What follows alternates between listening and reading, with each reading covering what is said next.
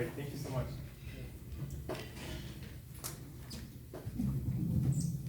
All right, assalamu alaikum everyone. Before I begin, I wanted to first thank the AFNI organization for putting together this event and also highlighting and showcasing mental health. I think even a couple of years ago, the idea of mental health being showcased in a platform like this, it wouldn't have been something that anyone would think about. So it's forward thinking like this, inshallah, that'll lead organizations to better things, and so we're really happy to be a part of this panel and this conversation. I'm titling today's conversation ACT and Raising Psychologically Flexible Youth. And I know the concept of ACT is probably going to be new. The idea of psychologically flexible youth, or the idea of being psychologically flexible, might be something new as well. But I hope to talk a little bit about it and help you guys become a little bit more familiar.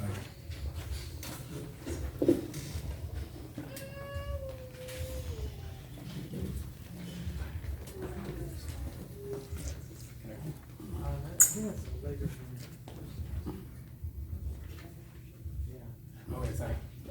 If you could stand there and just press. Do you mind doing that? Yeah, no problem. Okay, sounds great. So I begin the conversation with a very, very brief, very super brief overview of behavior analysis. And we can't talk about behavior analysis without talking about what positive reinforcement is and punishment is. When we're talking about reinforcement, we're talking about a behavior that happens, right? And then an event follows that behavior that either increases that likelihood that the behavior will occur more in the future. So I'm presenting right now. These are behaviors that I'm engaging in, right? You as an audience might be reinforcing my behavior by attending, head nods, paying attention.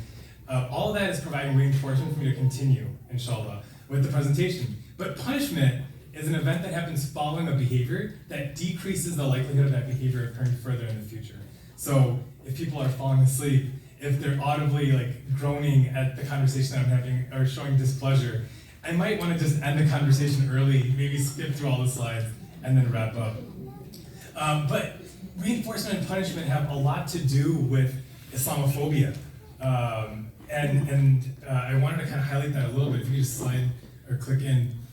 I grew up and graduated in the early 2000s from high school, and the discourse and the conversations that America was having was way different than it is currently, right? So when we're talking about reinforcement, behaviors that are being reinforced today would have never been reinforced 20 years ago.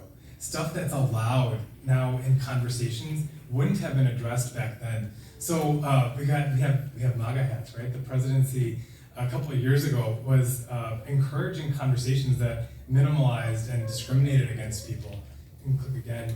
And this isn't just happening here, it's happening across the globe. Nationalism and fascism is something that's on the rise. And unfortunately, groups that get marginalized are groups that are suppressed. And so unfortunately, we're seeing a rise in Islamophobia because of it. I mean, you can watch Fox News for 10 minutes maybe before it starts to get to you a little bit. You can't do it. So all these conversations are allowed to happen now, and they're getting reinforced. What used to be punished now is just completely acceptable. We have to equip our youth now. I'm so happy when you were talking a lot about what Islamophobia is, and the fact that it's not happy to talk about it, but the fact that we're discussing it is a big deal. In the African American community, they have what's called the talk. Do you guys know what the talk is?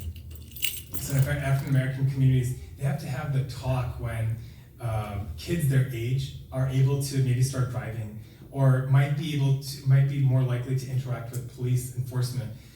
They understand in that community that there's a bias held against them, right? So the talk involves how, if you have to interact with police enforcement, how to have it be as safe as possible, because these families want their kids to come back home at night, right? So how does that look? And they have to have this talk. Our Muslim youth, alhamdulillah, we got by 20 years ago with what we had going on. But again, the can of worms have opened up, right? And the worms are going to go back into the can. It's here, and we have to equip our youth so in the moment they're mobilized and they can respond to Islamophobia in the right way. And that made me start thinking about how do we do that. And alhamdulillah, with this group, I was able to maybe start talking a little bit about how we can combat Islamophobia in the best way possible. So this, what I have projected here, is called the Hexaflex, and it's acceptance and commitment therapy that's been demonstrated to be clinically significant, working with individuals with developmental disabilities, working with individuals who are typically developing but just have some issues that they're trying to work out. Acceptance and commitment therapy has these 6 components, and inshallah, I'm going to do a brief overview of each one of them. Not for the goal. The goal isn't for you guys to become, mental health counselors and professionals, but just to be aware of what these 6 things are. Because what the studies are showing is when we focus on these 4 areas: acceptance, cognitive diffusion, being present, having knowledge of yourself in context, what your values are, and focusing on committed action. When we're focusing on these 6 protocols, it results in psychologically flexible individuals. And that's something that I think as leaders or Muslim youth, we really have to raise our kids to be psychologically flexible individuals. What we don't want is psychological rigidity, which is the opposite of psychological flexibility. Okay, when we want our youth to discriminate against or be able to respond to discrimination, to biases, to unfair treatment in the right way. And that's devoid of being afraid to stand up for yourself, right? When you're afraid to say something you know is right, in your mind you're like, I should have said that, but you can't do it. We're being psychologically rigid here, because we should be able to say it in our head and then also be able to say it to the people in the right way too. We don't want to be angry. We can't just work off of anger, because oftentimes if we do, then we become the target for reacting to something in an inappropriate manner. Then the conversation switches and more Islamophobia grows. So the last is just being able to just shutting down and having feelings of depression and just being sidelined and not being able to know what to do with it. What we want instead is individuals to be psychologically flexible. We want them to be confident, to be fluent, to be assertive, well-equipped, and eloquent in their conversations, right? And inshallah, that's the goal for all of our youth. So the conversation now isn't if we experience Islamophobia. We talked about how it could have been last Tuesday where we experienced something. It's not if we experience it, it's when we experience it. We want our individuals to behave in a certain way. So I'm going to go through just 2 examples, okay? You have a bunch of examples. I'm going to go through 2 and try to walk us through some of these examples. So this recently happened in our community that I heard about that to me just rung as this is Islamophobic. A Muslim girl made the volleyball team, right? High school girl, did a great job with tryouts and very talented, made it to the team. When she made the team, she went to the coach and said, I can't wear the uniform because the shirt's like way too cropped, the shorts are way too short. Is there an accommodation that you can make? And again, we're talking about a public school. It should be reasonable. It should be a reasonable request. It was met with a lot of hostility. So I want to kind of talk a little bit about that example over the course of the next couple of slides. Also, hijab in the media. Again, you talked about this, but it's just something that we're all experiencing now. We can't not turn the TV on. You can't not watch CNN and hear about hijab in the media. Countries that are banning it for certain reasons, or countries like Iran that there's a revolution that's going against. But it's the way it's being portrayed that becomes really problematic for our Muslims. Because they're growing up and they're seeing it on their phones, they're seeing it on the TV, and they may not know how to respond to it. So we'll talk about those 2 examples, inshallah, throughout the presentation. The first area that I'd like to talk about is acceptance. And it's being able to experience unpleasant feelings. Nobody likes to do that, right? Nobody likes to experience unpleasant feelings. But we're not in Jannah, we're not on earth. And so there's a ton of things that we should be thankful for that we have. But also that's going to give us trials as well, right? And we have to understand, how does acceptance fit into all of this? So I don't want you guys to think about acceptance and, Imran's talking about just giving up. This is the way it is, so we're done. What can we do? Acceptance means being able to accept the events that have occurred and continue to live a life that is important to you. So understanding that there are problems that you're experiencing, and taking a moment to acknowledge that they're real, okay? And just not being able to move past it. Acceptance means we can accept things that we can't change. Here's the alternative to acceptance. It's just, you should move on. Why are you concerning yourself with things that are happening in India? There's so much happening here. Focus on your studies. Don't worry about stuff that doesn't pertain to you. Or maybe a youth will come up to us and say, I was bullied today, or someone said something really rude to me. And instead of saying, wow, can you talk about this for a minute? Saying, that's fine. People are going to say what they want to say. You just keep doing what you need to do, right? It's the opposite of acceptance. Acceptance is taking some time and really, for what it's worth, saying that this happened to you and this is real. It's the first step to moving towards psychological flexibility, because otherwise you're just suppressing things that have occurred. Acceptance is that you might be in a position that no one else was in. When you were talking about that girl whose hijab was pulled off of her head in second grade. I have a daughter in second grade. I can't imagine that happening to her, right? That's acceptance is saying, this happened to you. This is real and it happened. And no one else might be in a situation that you're going through. That you might be associated with stories that are on the headlines, and you might have to become a talking piece for something that you may not even be familiar with. But you're brown, or you have a Muslim name, so you tell us, what's the deal about the hijab? Or why do you guys have to do this? Why do you guys have to do that? This individual that's in class may have no idea what to say, but all of a sudden he's on a platform and has to have an opinion about it.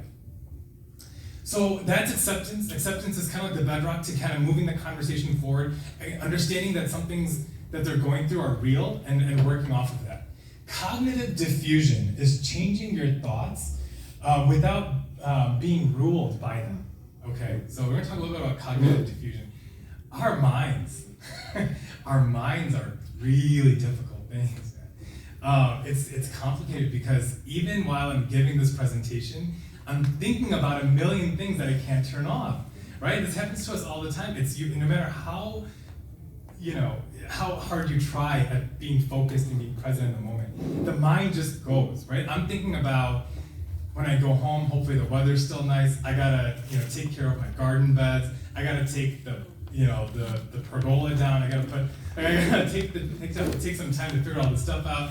I'm also thinking about last night and my 1-year-old keeping me up at night. I'm hoping that doesn't affect my performance today. All these things are happening while I'm engaging in some overt behavior, right? Of presenting. So in behavior analysis, we talk about covert behavior and overt behavior. Overt behavior are things that I'm doing, and you can verify that I'm doing it. You can verify that I'm holding this thing I don't know why, but I'm holding it. You can verify that I'm speaking, right? And other people can say, yeah, he is. Covert behaviors are things that I'm experiencing that you can't really tell that it's only accessible to me. And what we want to do with diffusion is create space between our thoughts and feelings so we can be present.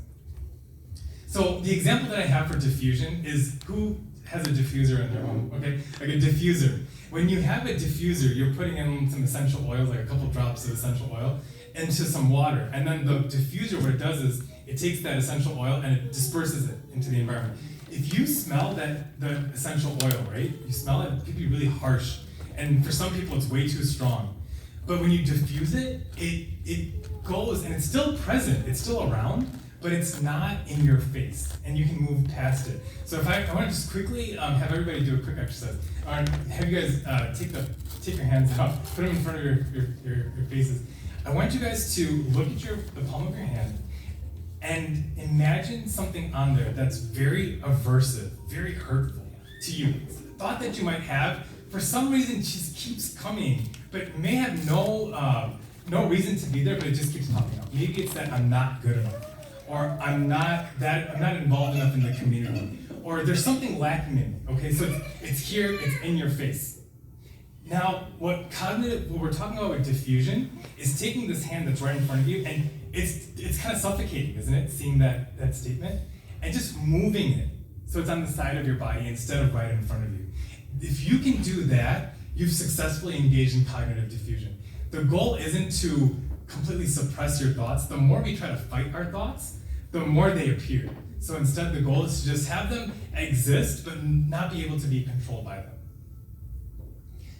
So as a Muslim, you hurt for those being persecuted and wronged throughout the world, but you also have to, study for your ACT exams or your SATs. What do I have in here? Yeah, you have a basketball game. You're helping your family out, throw a party. You're working on the weekend. All these things exist. So how do we reconcile the feelings and experiences that we have, along with dealing with the rest that happens? If we can do that, we're engaging in debate. Okay, and then the next one is being present. It's being able to focus on the here and the now. So go to the next slide. This is hard. It's hard because we have 24-hour news cycles. We have our smartphones that are in our pockets, and we're not disciplined enough to just turn them off. We just keep checking them. We have social media, we have WhatsApp. We're on like 16 message groups, and they're all active, and we have to participate in all of them. So it's hard to be in the present moment.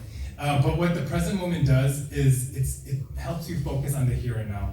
And I don't know, this is so interesting, but when I was learning about acceptance and commitment therapy, and the reason why I'm so drawn to it, is that there's so many parallels to Islam. This is present moment, but what do? We have our zikr beats, right? We have this constantly. If we can take time in our day and send salat to the Prophet, if we can praise Allah subhanahu wa ta'ala, if we can do istighfar, these are ways I think that's being very present in the moment, right? So these are things that we have to teach our youth to do because it's just really hard for them. They're growing minds and the phones are around all the time. With the volleyball example, thoughts might pop up in that girl's class on how do I deal with the conversations that I'm gonna have to have when practice starts. I'm gonna be wearing something different. Am I gonna stick out like a sore thumb? This might happen during math class. This might happen, when they're trying to go to bed. So all these things, if we can try to focus in the present moment, it'll lead our kids to better successes. I'm gonna go back one. I think someone wanted to take a picture. Oh, sure, absolutely. Yeah, no, present moment is something that it's pop culture now. It's pop psychology, but it's something that's so important. So let's skip over to self as context. This is knowing your true self. Who are you as a person? Who is Imran Khan, right? What is this person about? It's identifying that core context to who you are and your core identity. It's being yourself and no one else. So last week, I was in Mexico. So instead of saying thank you, I was saying gracias, right? But Imran Khan was there in Mexico. He was here. The language may have changed, but the core of me stayed. So we're trying to identify who that person is. So how would the youth define their core identity? Are they defining their core identity first and foremost as Muslims? Because if not, there's going to be problems, right? And if they're not, why aren't they? In your homes, are we, reciting hadiths? Are we, engaging in prophetic manners? Are we reading the Quran? Are we bringing that into our families and in our homes? And if we're not, then we understand why there might be a problem. So here's two examples, right? With that girl in volleyball. What if she said, yeah, my mom's really kind of forcing me to dress a little bit differently. It's not, I don't know, it's just something that she's forcing me to do. So I have to change the uniform a little bit. Versus her saying this uniform is something I can't wear. I'm not comfortable wearing these clothes. And if I can't have an accommodation, then I can't continue on the team, right? Those two conversations are very different. The core identity of option 2 is someone who is a Muslim first and foremost. But number 1, maybe her context is, I live in a conservative home. I have to deal with it. You gotta help me out here. So is that first person likely to budge and do something different versus stay rooted in her beliefs? Now the last two I'll go through quickly. I'm sorry, I'm taking a lot of time. Values it's very simple, right? What are your values? What are things that you're excited about? Things that matter to you and are important to you. It emphasizes identifying and understanding your chosen life direction. So are we coming closer to our values by the behaviors that we're engaging in?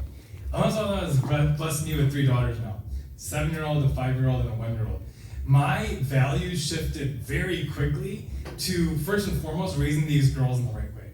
Having them understand their deen, helping them understand what their religion is, and helping them understand their identity. So they don't get stuck when they get older. So if I am somebody who's coming home from work and I'm tired, and then I just, eat, maybe I even eat in a separate room because I'm so tired, I just want to quickly eat dinner, and then I go and turn the TV on, and then I do that until it's time to go to bed, and then I fall asleep. If my value is to raise these girls in the right way, and I'm not doing that, that becomes problematic over time. I'm passing the time. It's going by, it's all fine. But am I ultimately coming into contact with my values? Someone who wants to pray 5 times a day, but for whatever reason is missing those prayers, over time, you're gonna find yourself lacking in some area. So our values are things that are important to us. And then if you go to the next slide, committed action are ways to get us to those values. So think about values as like a compass, and the committed action is like the vessel to get you there. So if we want to pray, but we can't pray, what I would do with somebody like that is try to figure out, okay, so what do we do? You want to pray, so when do you go to sleep at night? Oh, I watch Netflix till 2 o'clock in the morning, and then I pass out when I pass out, and then if I wake up for Fajr, I wake up for Fajr. Okay, well then let's try to go to sleep early. Let's sleep earlier. Let's set an alarm. Let's set a second alarm. Let's set a third alarm. Maybe you can then also reach out to a community of your friends who are also Team Fajr. So there's a lot of things that we do in committed action that are behavior oriented to get you to those goals. Because again, when we're talking about all of this, when we're dealing with all these processes, is somebody who's psychologically flexible. So and we can move on, but just to kind of wrap up, we want our youth to be, like I said, fluent, assertive, eloquent, empowered, and confident. Psychologically flexible Muslims they won't alter in times of discrimination and opposition. It's not about if, but it's when now. They're not going to falter. They'll remain calm. They will rise to the challenges and meet each obstacle that they come across with precision and balance. They will not let up on discrimination, right? That'll try to hold them back. So that girl who's playing volleyball, she'll continue striving and making it work. She'll get them to understand why it's important to her and play volleyball. In terms of like the social media and the hijab and things that are happening in the news, we'll find a balance. We won't become overwhelmed by the stuff that we're seeing, and we also won't get desolate or just won't care either. Just keep scrolling through. I just think this is such a powerful image of Taj Muhammad, right? Like American hero, somebody who really is able to become a hero for Muslim youth. So I end with my daughter's Hexaflex. She's 7 years old, and we talk a lot about psychological flexibility in our homes because again, I truly believe it's going to build leaders in our community. But she's got all of them on there. She's got present moment. She's got acceptance. She has selfless context, and that in the middle, it talks about being psychologically flexible. And I'm sure if you find her, on a break or something, she'll be able to explain these processes better than I do because she won't make it so complicated.